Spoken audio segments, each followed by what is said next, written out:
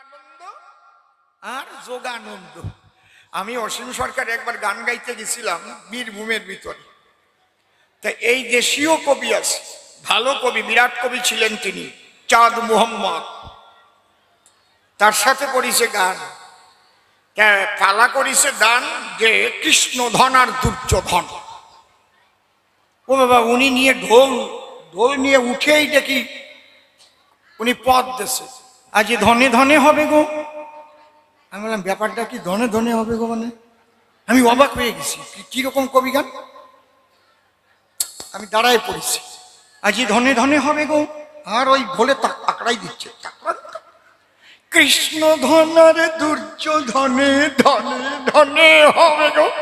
আমি তো একটু ধনে ধনে কইছি, তাও কয় নাই, সোজাসুজি কইছি একদম, বুঝতে পারিস?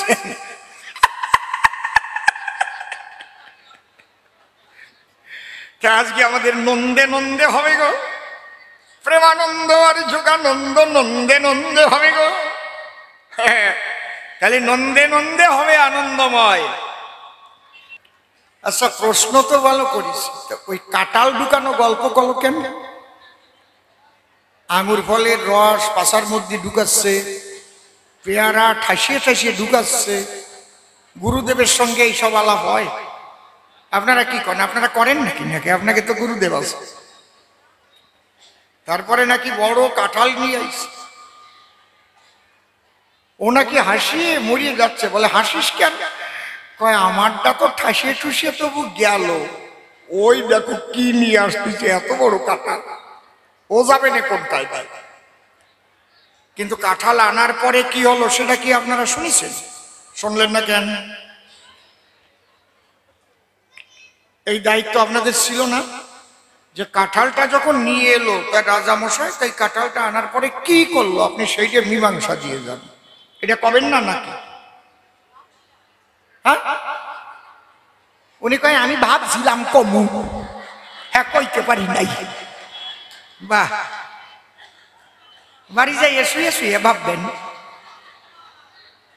ও গান গাইবে, টাকা লইবে, ভাত খাইবে, তা কইবে না? উনি এমন কয় আমি ভাবছিলাম কমু।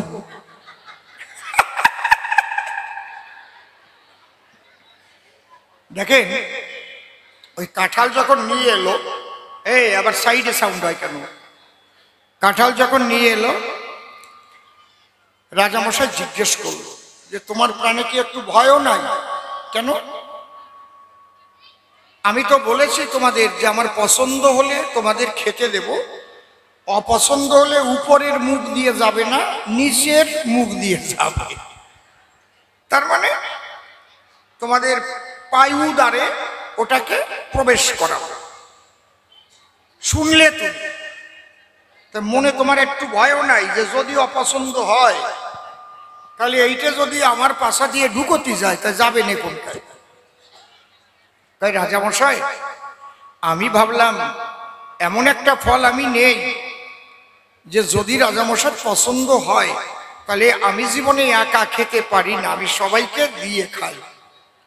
তাই আমিও কিছু খাবো, এখানে আপনার পাইক পেয়দা ওরাও খাবে, আপনিও খাবেন, রানীমার জন্যও কিছু নিয়ে যাবেন। এত বড় একটা কাঁঠাল, পাকা কাঁঠাল। কিন্তু অপছন্দ হলে কি হবে তবে এসব আমি ভাবি নাই, ওটা তো আমার ব্যাপার। এই তোরা মাইক চালাস বুঝিস, সাউন্ড হচ্ছে সাইডে, করিস কি? অ্যালার্ট থাক, ডিউটি করলে বিউটি বাড়ে, বাবা পাগলা বলেছে, সঠিক ডিউটি কর। বলে আচ্ছা ঠিক আছে।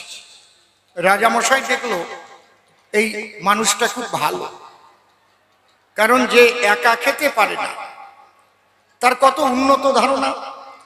আর এখনকার বেশি মানুষ তো একাই পকেট ভরে, একাই খাবে, একাই জোগাড় করবে, এইরকম মানুষই তো বেশি নাকি?